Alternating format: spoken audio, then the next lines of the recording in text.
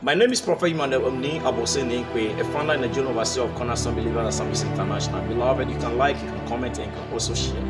Beloved, try to follow up and please come and join us to worship. I want to capture my thought on the subject: how to make your marriage joyful. How to make your marriage joyful, beloved.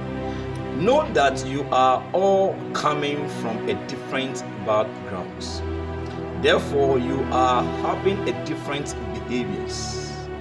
To make your marriage be perfect or happy or joyful, know that couples know that you are all coming from a different backgrounds. Therefore, you are all having a different behaviors, different lifestyle, different character, different attitude, and different mindsets altogether.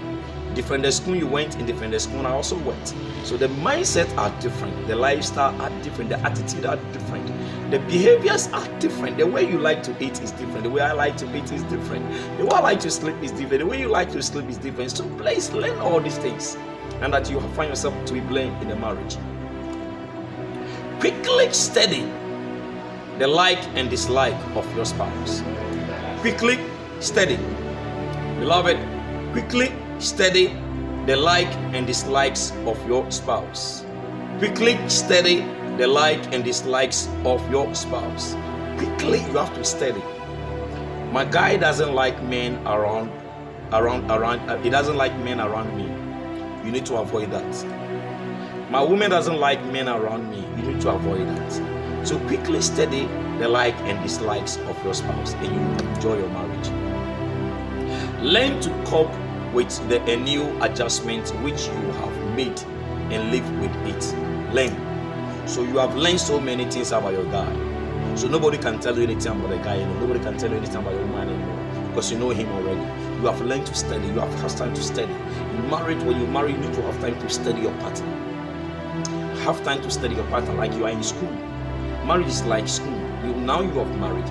Now you study your partner. Now you will learn a lot of things in marriage. You make mistakes, you correct it, and you move to the next level. And I'm betting you, beloved, you will enjoy your marriage. Avoid the blame games and do your responsibility in good faith. Avoid the blame games and do your responsibilities in good faith. Don't play games. Don't be too smart. Don't say that, let me put money in this and tear the paper back in this thing. Beloved, it will come out. What goes around comes around. One day it will come out. So please, be plain to your partner. Be truthful to your partner. Let your partner know you. Let your partner know who you are. And I'm telling you, you will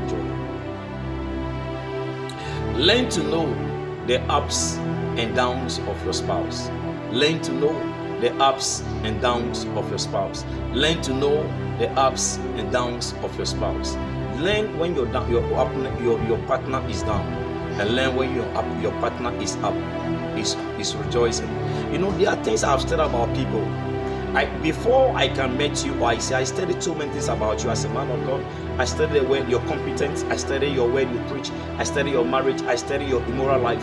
I studied all these things about you. So, beloved, just keep the faith and encourage your partner and raise up your partner, and you move to the next level. Do the right thing and bring joy into your marriage. Do the right thing and bring joy to your marriage. Do the right thing and bring joy into your marriage. Do the right thing and bring joy into your marriage. I prophesy and I declare into your life, may God come true for you in your marriage. May God bless you.